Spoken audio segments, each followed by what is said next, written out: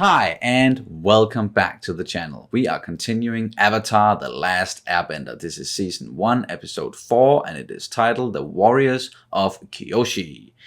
And we are just really enjoying this ride so far. The first 3 episodes, they were amazing, really good. We're so happy that you guys ended up picking this in the poll and voting for it so that we can experience everything it has to offer. Do you have anything you want to get into before we start the episode? No, we just want to get going. Yes. You can, of course, always check out our full-length reactions to Avatar and all the other shows that we're watching on our Patreon page. The link is down in the description below. And here we go.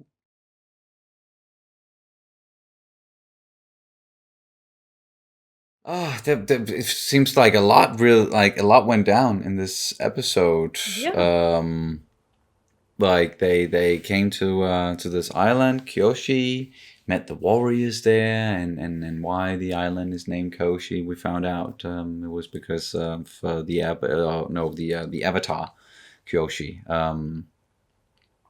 That was the Avatar 400 years ago. Yeah, and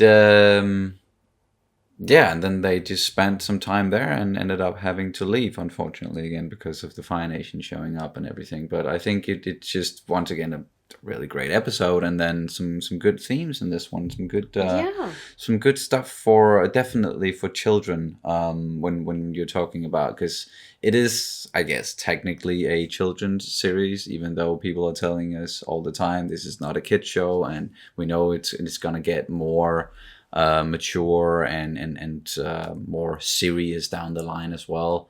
But I still love it when a show like this that is for kids and people of all ages, it can, teaches some really good lessons about life, and especially in this one, I mentioned it at one point. I see a little theme here, but the thing about being like a warrior and a girl, those two are not like mutually exclusive or anything. it's yeah, your gender has nothing to do with like who you are, what you want to do. It's yeah, or of course it has something to it's to do with who you are, but you know what I mean. It's like you don't let it define you. It's not like because you're a girl you can't be a freaking warrior, like they were saying. But he learned the lesson and even got to become friends with one of them, at least it seems like. Yeah. So that was nice. Yeah, that was a very nice theme, especially for me as a woman, to see that they're trying to teach kids or teach people that there is a strength in just accepting who you are and not letting it define you, whether you are born into a specific biological sex. And I think we learned through Sokka that it's there's a lot of his insecurities, at least, that was exposed in this one. Especially, of course, he's a teenage boy, and so of course he's a little bit he's very insecure. And apparently the way he takes it out is by trying to belittle the girls or the women because of, oh yeah, I should be stronger than these people. And it's like, no, it's not about strength, and it's not about, you can't let something like that define you or your art.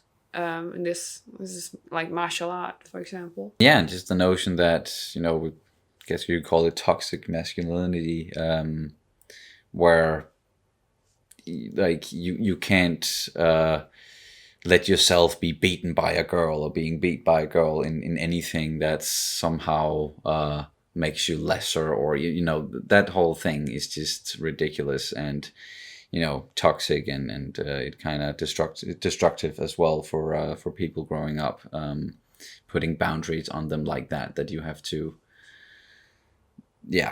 putting people in boxes. It's not good, and it's just nice to see that this show is addressing that a little bit and teaching people a good lesson.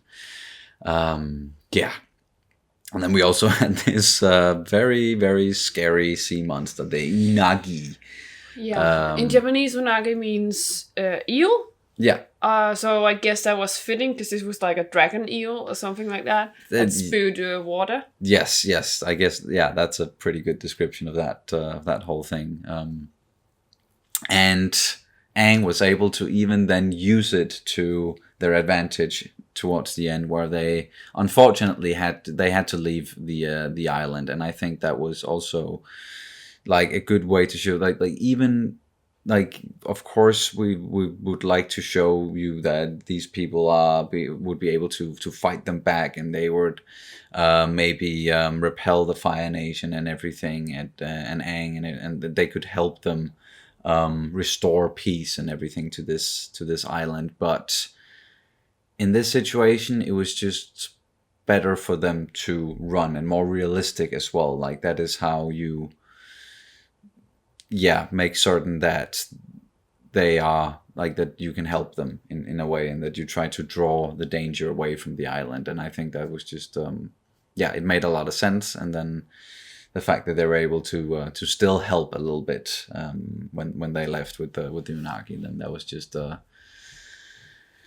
little extra thing that Aang was able to do, and I like that as well.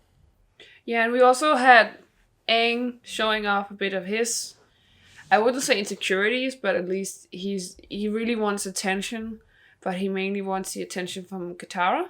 Yeah. And it's very kid-like somehow, but I definitely think it's not like kid like reason he's doing it. It's because he likes her. Yeah.